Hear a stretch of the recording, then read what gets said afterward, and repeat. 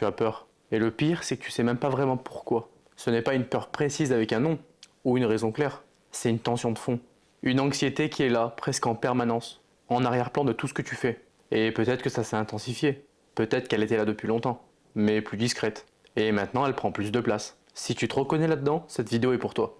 Parce que la peur que tu ressens sans savoir pourquoi, elle a une explication bien précise. Et cette explication, une fois qu'on la comprend, change vraiment la façon dont on peut travailler avec elle. Ça fait des années que j'étudie le mécanisme, à travers la psychologie, à travers les personnes que j'accompagne, et à travers moi-même aussi, par rapport à mon expérience, par rapport à mon burn-out. Et tout ce que je vais te montrer dans cette vidéo n'est pas un conseil de relaxation rapide, c'est une compréhension de fond de ce qui se passe vraiment quand tu as peur, et de pourquoi cette peur continue, même quand il n'y a rien de objectivement menaçant devant toi. Tu as probablement essayé de positiver, d'apprendre à respirer correctement, de te raisonner aussi, mais la peur elle revient toujours. Parce que, comme d'habitude, hein, tu traites le symptôme et pas vraiment la raison de pourquoi tu as peur. Et aujourd'hui, c'est ce qu'on va voir. Voilà comment on va procéder. Premier point, pourquoi ton mental fabrique la peur sans que tu le saches? Deuxième point, pourquoi ton corps vit une menace réelle même s'il n'y a rien? Troisième point, ce que j'appelle le corps de souffrance. Et pourquoi ton corps a peut-être une source de peur que tu n'aurais jamais pu trouver? Et quatrième point, comment sortir de cette boucle? Et pas par une technique, par une vraie compréhension. Donc premier point, ton mental fabrique la peur. La plupart des gens pensent que leur peur est une réaction à quelque chose, qu'il y a un danger, une situation difficile, un problème réel, et que la peur en est la conséquence logique. Mais ce que j'observe, chez moi, chez les personnes que j'accompagne, c'est que dans la grande majorité des cas, la peur, elle précède le danger. Elle ne le suit jamais. Donc du coup, elle est là avant. Et parfois bien avant. Et souvent sans qu'il y ait bien de danger réel. Et voilà ce qui se passe réellement. Ton mental, lui, il projette des scénarios, des projections, des et si, des situations imaginaires. Si quelque chose tourne mal, une confrontation, une perte, un événement que tu ne peux pas contrôler. Et pendant que ton mental produit ces scénarios, une partie de toi les prend pour réels. Pas de façon consciente, hein, pas de façon délibérée non plus. Mais ton mental, lui, il n'arrive pas à faire la distinction entre ce qu'il pense et entre ce qui se passe vraiment. Donc il projette encore et encore sans s'arrêter, construisant une réalité anxiogène à chaque fois.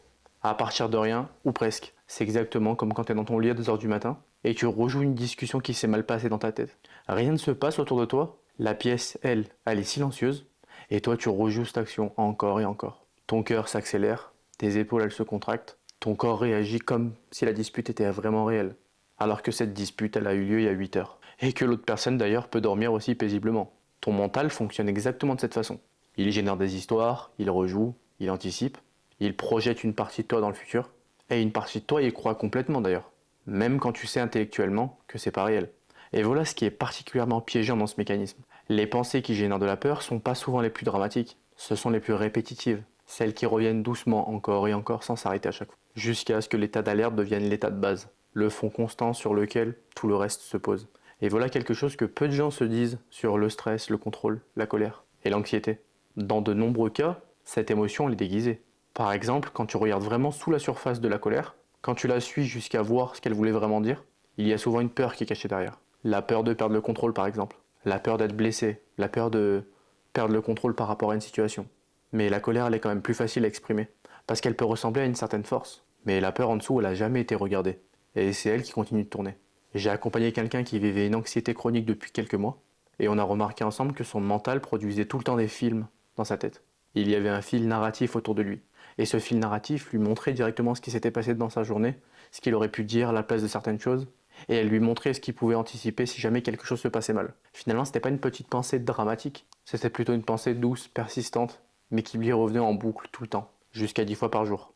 Et quand elle revenait, elle déclenchait une légère montée d'anxiété, mais 10 fois par jour, pendant des mois. Et ce n'était pas un seul grand choc, c'était comme s'il avait 10 piqûres d'anxiété par jour, qui avaient fini par le mettre en alerte permanente. C'est comme quelqu'un qui appuierait 10 fois par jour sur la même plaie qui n'a pas le temps de guérir.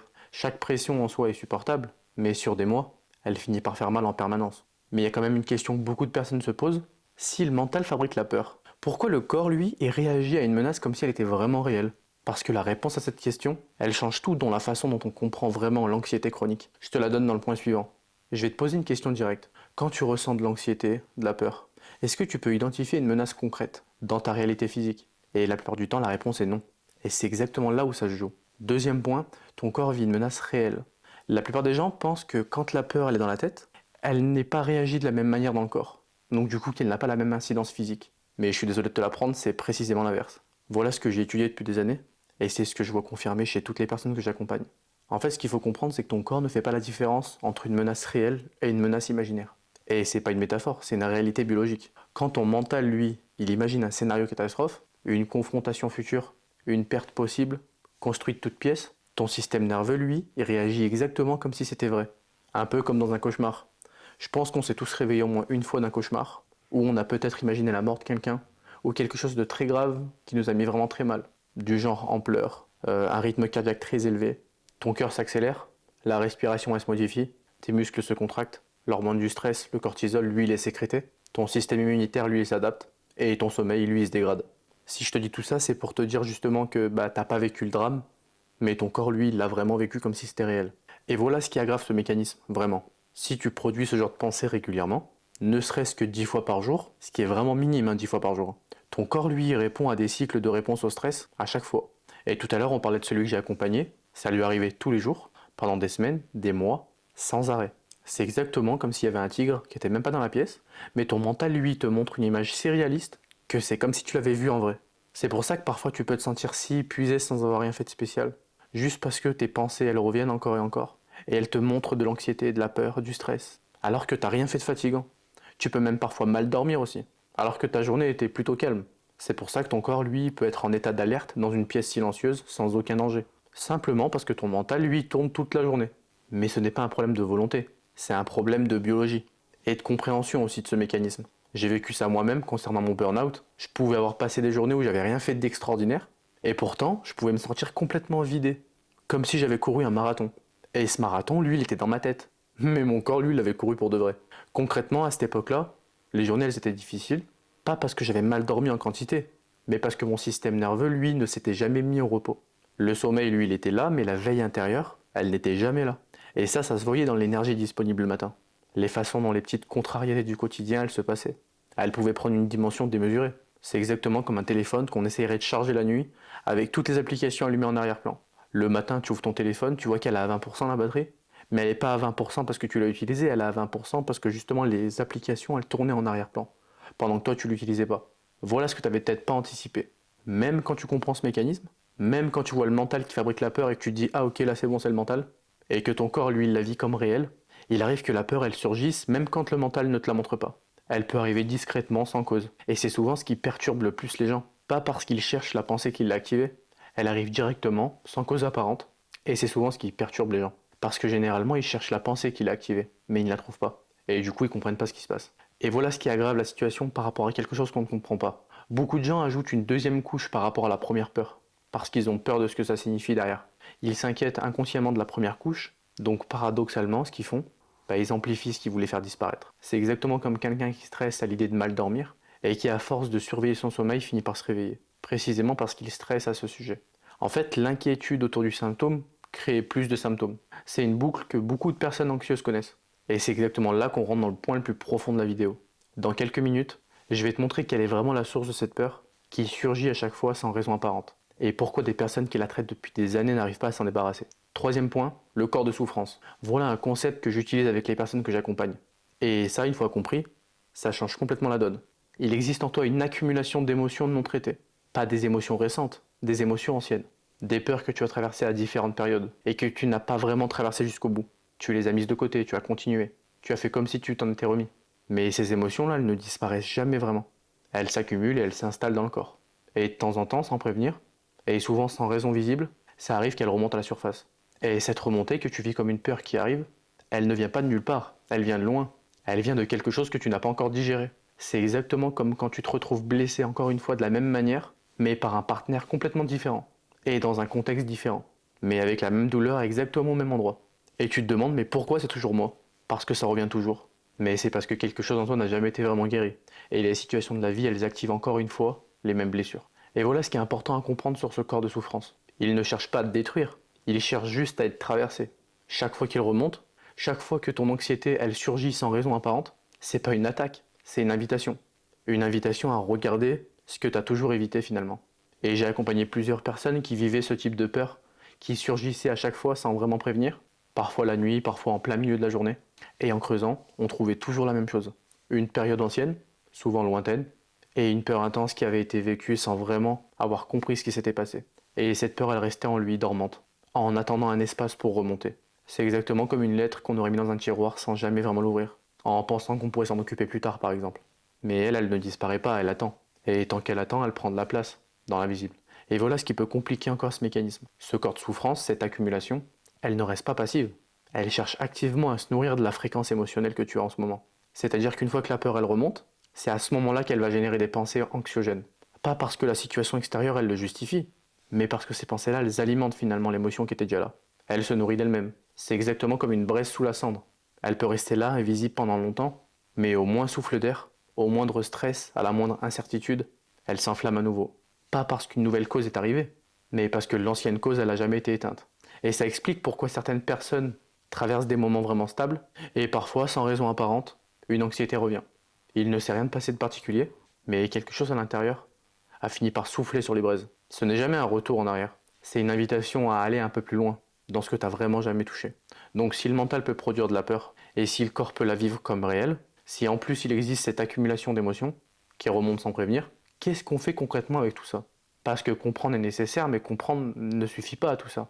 D'ailleurs, j'y pense, si tu traverses une anxiété chronique en ce moment, et que tu n'arrives pas à la nommer, le lien il est en dessous, tu peux réserver un appel avec moi. Donc, quatrième point, comment sortir de la boucle? Toutes les personnes qui ressentent de la peur, ils font en général deux choses. Soit ils la combattent, soit ils essayent de la chasser, de la supprimer, de la raisonner. Plus tu combats et plus finalement ça devient résistant. Et plus la peur elle prend de la place. Donc du coup, ni l'une ni l'autre ne suffit réellement. Donc voici ce qui fonctionne. Pas comme une technique, mais comme une vraie compréhension qui change vraiment l'approche. Premier mouvement, identifier si la peur, elle vient de la pensée. La prochaine fois que tu ressens de l'anxiété, pose-toi une question. Est-ce qu'il y a une pensée qui tourne en arrière-plan qui me fait vraiment remonter cette peur? Pas pour chercher longtemps, juste pour voir. Et souvent, tu verras qu'il y a un fil narratif que tu n'as jamais vraiment observé. Une projection, un scénario en cours. Et simplement de le voir, c'est comme si tu mettais une lampe torche finalement sur elle. Et en faisant ça, tu commences à réduire son emprise sur toi. Et voilà une précision importante sur ce premier mouvement. L'objectif n'est pas d'analyser la pensée, pas de la comprendre, pas de la décortiquer pour comprendre l'origine. L'objectif, c'est simplement de la voir. Parce que tant qu'une pensée anxiogène tourne dans le vide sans que tu la vois, elle tourne librement, sans friction. Et déjà là, ça crée une distance entre toi et elle.